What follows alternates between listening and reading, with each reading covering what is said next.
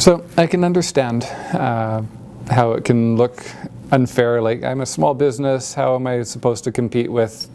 big bureaucratic bigwigs and their massive $100,000 pensions and all the rest? At the same time, the question kind of plays back into what we just asked in question 3, which is if service levels are already unsatisfactory and we're feeling like the civil service is demoralized and not out there to serve us,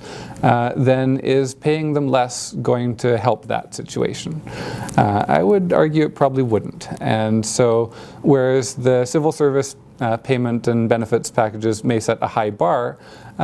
we have to remember that they also spend that money, and they spend the money often in the communities that they live in, that the small businesses and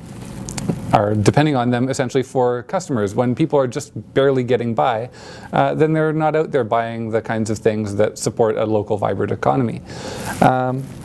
And further, the guaranteed livable income that I mentioned earlier applies here too, where it would actually serve to help bring up those lower wages that the smaller businesses can maybe afford to pay, but at the same time it means that the person who's making those wages doesn't have to depend solely on that business or solely on that wage, and so their overall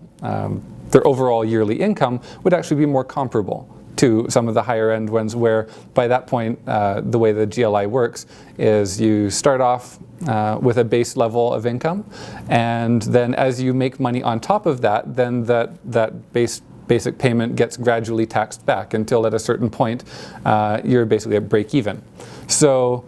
it wouldn't serve to disincentivize people from going out and getting a job, as many welfare programs currently do, but at the same time it would serve to equalize them so that there is less of a difference there, and you can get by.